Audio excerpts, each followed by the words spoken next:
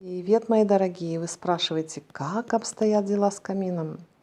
Давайте вспомним, с чего все началось. Для начала я взяла 7 одинаковых по ширине и высоте обувных коробок. Одна у меня оказалась слишком длинная, я обрезала наполовину. Затем склеила их между собой малярным скотчем, как вы видите здесь.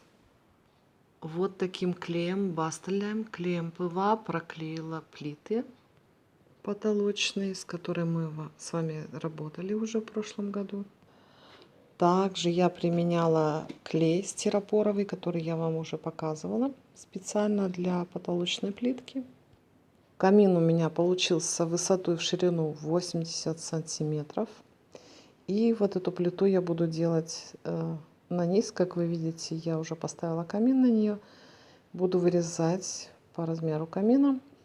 И она у меня 4 сантиметра толщиной.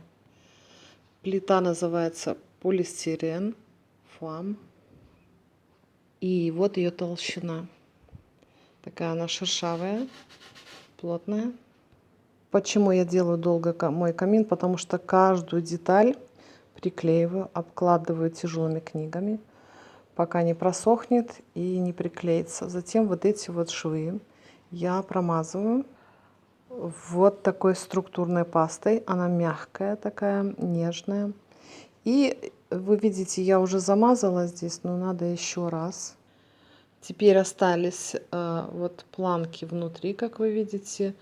Стенку я делала из картона и сверху приклеила тоже потолочку или потолочную плиту. Вот здесь вот буду приклеивать потолочную ляйсту или карниз.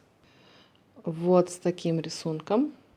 Но он будет приклеиваться, конечно, сверху, не так, как он лежит сейчас, а вот на боковой части, на передней. Эта ляйста у меня 8 сантиметров. И сбоку я приклею вот эту ляйсту, которая у меня где-то 5-6 сантиметров. Затем я все это прокрашу белой акриловой краской средней густоты. Вот такой вот. И буду красить уже цветной краской. Она будет у меня бежевая или такая землистого цвета, но посмотрим.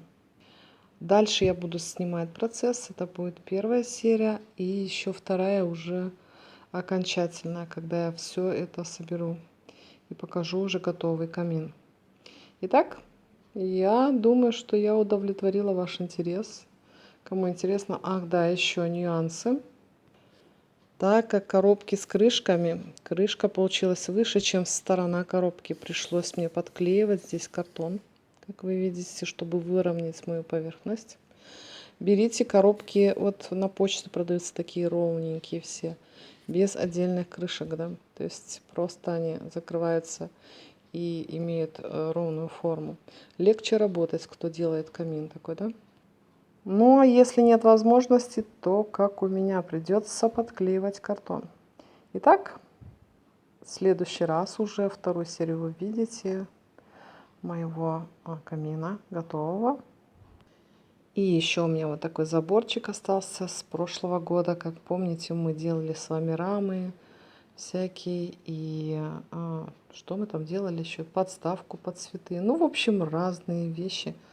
Немножко он у меня ободрался, я его зачищу и покрашу. Но, скорее всего, наверное, не 4 отдела будет вот здесь вот, а вот эти 3.